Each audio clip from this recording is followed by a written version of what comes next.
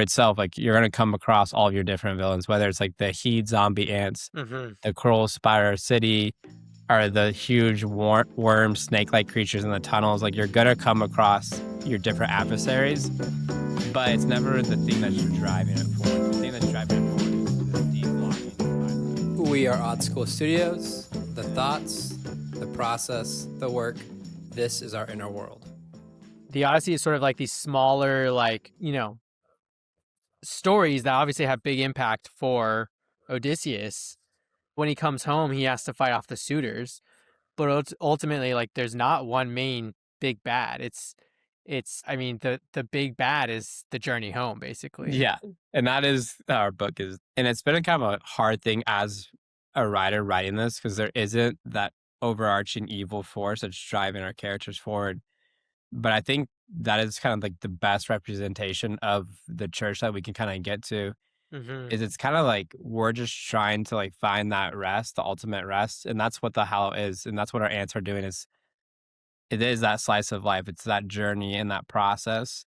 And then through the story itself, like you're gonna come across all of your different villains, whether it's like the heat zombie ants, Hmm. the cruel spider city, or the huge worm snake-like creatures in the tunnels. Like you're gonna come across your different adversaries, but it's never the thing that's driving it forward. The thing that's driving it forward is this deep longing to find rest. Right. And I think that that is one of the cooler things about our story. And like you said, it's more structurally like the Odyssey, Pilgrim's Progress, and then obviously sprinkling in a little bit of Dune, Lord of the Rings.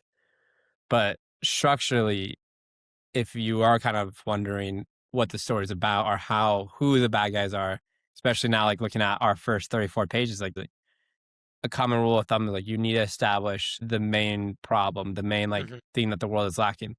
Well, what our story is lacking is kind of like what we're all lacking is we're lacking this realization that we are tired and we're longing for something. And we all have different ideas of what that longing is for. But when we gather together and we help each other point to what that longing is kind of going towards, and it's a desire to like find that rest.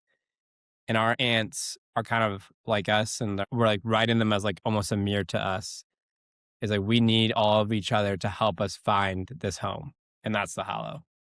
Yeah, and I mean, for myself, because I think I was able to read through it maybe with a little bit more of a, an audience kind of perspective before I even drew pages, and I think what my takeaway from it was a little bit. I get the sense that this is where you're taking the story, Jacob, is that in a lot of ways the bad guy, the enemy, the driving bad force is our character's sort of darker tendencies or our character's sort of selfish tendencies. It's so in a lot of ways it's like the enemy is each individual character within themselves. The enemy is their own internal struggles and them fighting through what is holding them back from actually being a part of this community, or as a community, what is holding your community back from being a part of other communities. When you are able to interconnect, you're able to bring that fruit and bring that fullness of living that only happens when you live in a flourishing community like that.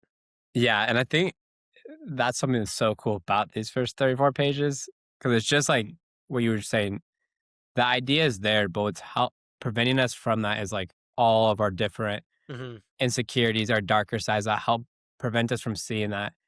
Even though when the answers are like pretty clear to us of how to live a more fulfilled life or the journey to like be closer to God, closer to heaven. And even like when you see Rajul pull up in the squirrel and kind of point like this, hey, this is the map home. And we establish that really early. The plan is to get to there, and like this is how we do it. Right.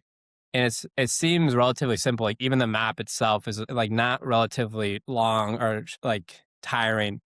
But yeah, our characters are gonna make this the hardest journey to Yeah. like find that rest. And by the time they get to it, they're gonna be like broken and changed. But we, as we're creating this and we're trying to like bring in all these rich, deep concepts of what it means to belong, we do feel like it's really important to show the journey and also like really establish clearly and right away in the story, like, the Hmm. lessons there, like the way to live is clearly mapped out. But just like all of us, we all know it, but still it's so hard to follow.